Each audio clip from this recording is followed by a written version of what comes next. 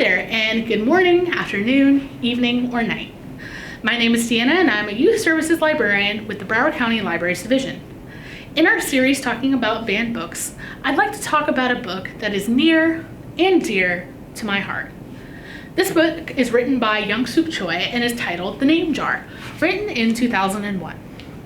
The Name Jar is the story of a little girl from Korea named Unhei, who has recently moved to the US. She's a new kid, and nobody can pronounce her name, so her class suggests that she choose her name from a bunch of names in a name jar. With the help of a supportive new friend, Unhei learns to love and embrace her name and identity as a Korean person. Now, how did this ban come about? This ban happened in the Northampton School District in Pennsylvania, where a dozen books from an organization called The Conscious Kid were donated. The Conscious Kid is a nonprofit organization that focuses on promoting healthy racial identity development. Now, parents complained, despite not reading many of the books, that the books were promoting Marxist ideals through the use of critical race theory. The school board spoke in support of the books, saying that since they complied with the NASAD instructional materials requirements, that they were fine. But there were still many parents that were protesting the books. Freedom of cultural expression is what creates diversity and inclusion. And Unhei learns that her name is special within her own ethnic community and that it's really important to retain her identity. Her self-acceptance is really encouraged by her new friend Joey, who, on learning that there is a Korean custom for name stamps, gets one for himself with the word 친구, or friend in Korean. This book is a book filled with self-acceptance, but awareness of one's own culture.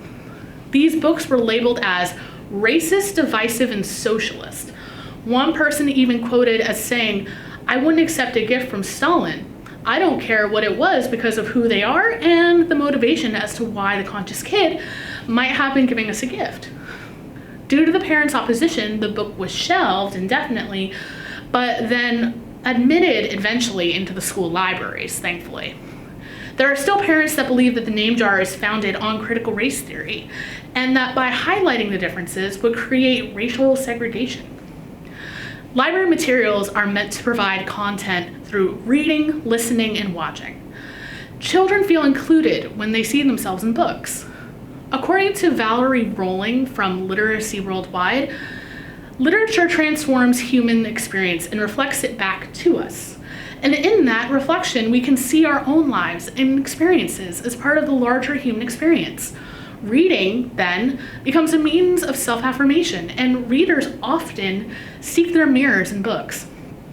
Libraries should represent and give all people a voice and allow their opinions and valuable perspectives within the library community. Representation is important in all settings.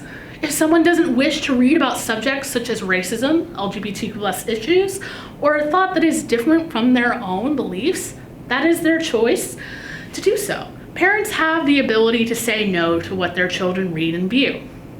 The consuming of literature should not be dictated by someone outside of an individual's family. Freedom of speech is something that is in our Constitution and is a value that we should respect and cherish. Included in this is the freedom to read. You can check this book out at any Broward County Library by coming in person or putting it on hold for pickup. Thank you so much for watching, and remember, let freedom read.